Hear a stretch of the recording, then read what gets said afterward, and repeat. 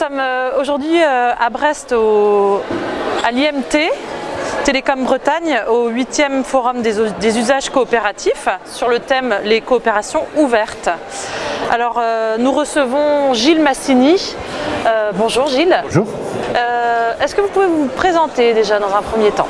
Je m'appelle Gilles Massini, je travaille à la Direction Générale du Numérique et des Systèmes d'Information, dans une direction qui s'appelle Direction de l'Innovation et de l'Aménagement Numérique, et je suis en charge de tout ce qui concerne la solidarité numérique à Bordeaux Métropole.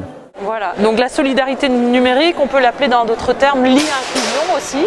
Oui, c'est ça, on est assez proche. Alors, il y a une espèce de vaste champ qu'on appelle la médiation numérique, qui est un peu plus large. Et quand on parle des personnes qui sont en difficulté, en particulier, on parle souvent d'e-inclusion. Même si on voit que les personnes en difficulté, c'est quand même 40% de la population.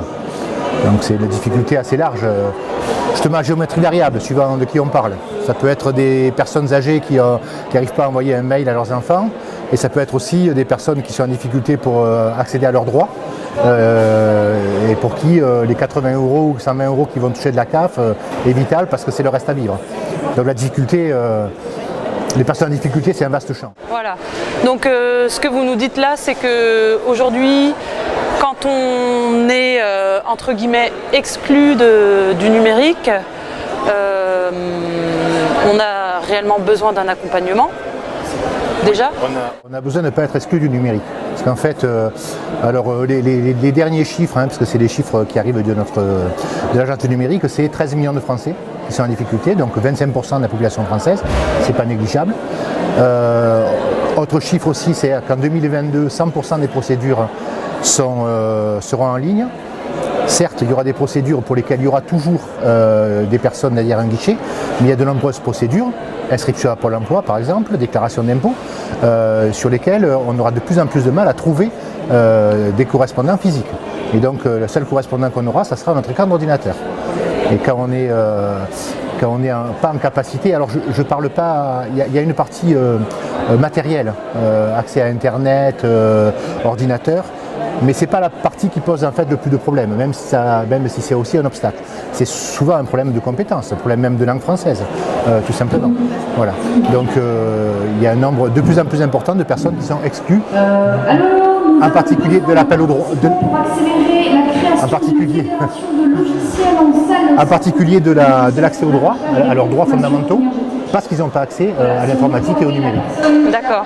Alors sur la ville de Bordeaux, il y a des actions spécifiques qui sont mises en place que vous pourriez nous présenter rapidement? Alors on a effectivement, je vous parle de deux de nos actions, parce que c'est quand même des actions un petit peu phares. Il y a 2-3 ans, on s'est déjà intéressé au sujet. On a fait ce qu'on appelle un livre blanc de la solidarité numérique à Bordeaux. On a un peu identifié les enjeux et les pistes de travail qu'on essaie de reprendre maintenant à notre compte. Dans une des pistes de travail qui était extrêmement importante, c'est la formation des travailleurs sociaux.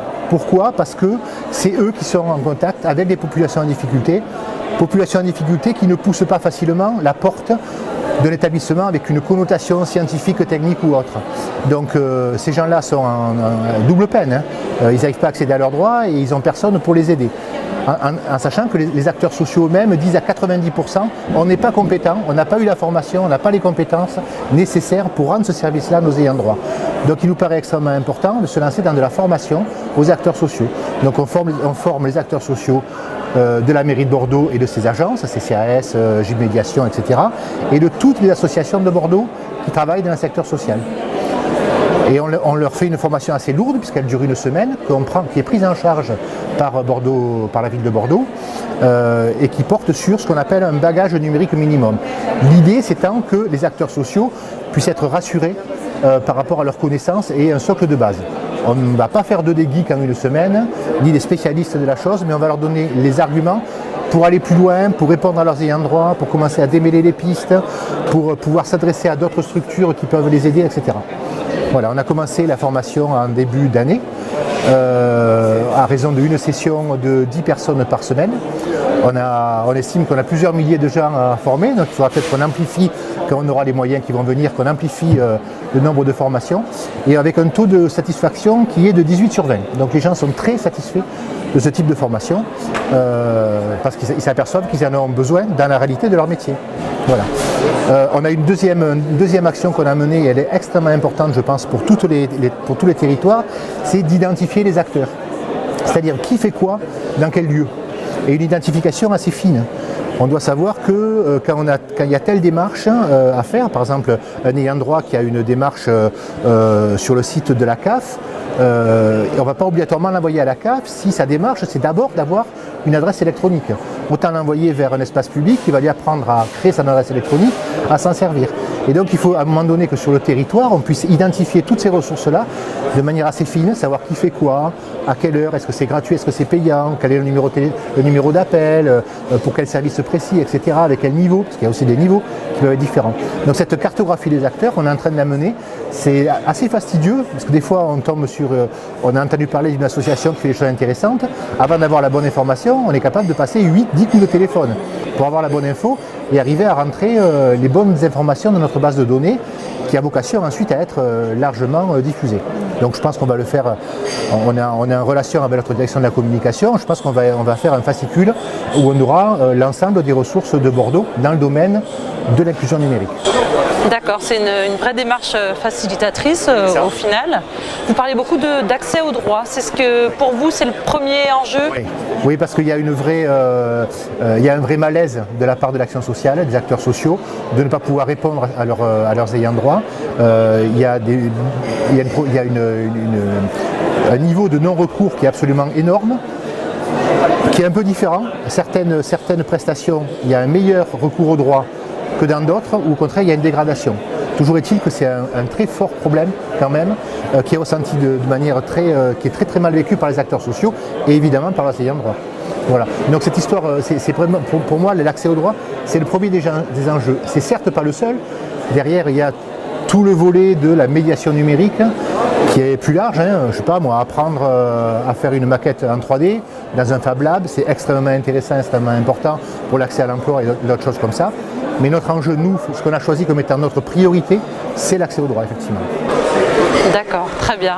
Merci beaucoup pour toutes ces explications. Et puis, c'est vraiment des projets qui ont énormément de sens à l'heure du numérique. Oui. Donc, on vous souhaite que ça porte ses fruits. C'est vraiment nécessaire à tous les efforts qu'on peut faire par ailleurs pour digitaliser, numériser notre administration qui vont dans le bon sens. De toute façon, moi, voilà, je ne fais pas partie des 25% en difficulté, donc je suis très content qu'on puisse informatiser l'ensemble des procédures administratives. Enfin, ça me va très bien. Après, quand on a une lecture en creux de ces problèmes-là, il y a 25% de gens qui ne peuvent pas le faire. Et pour eux, c'est la double peine. Très bien. Merci beaucoup en tout cas pour tous ces éclairages. Au revoir.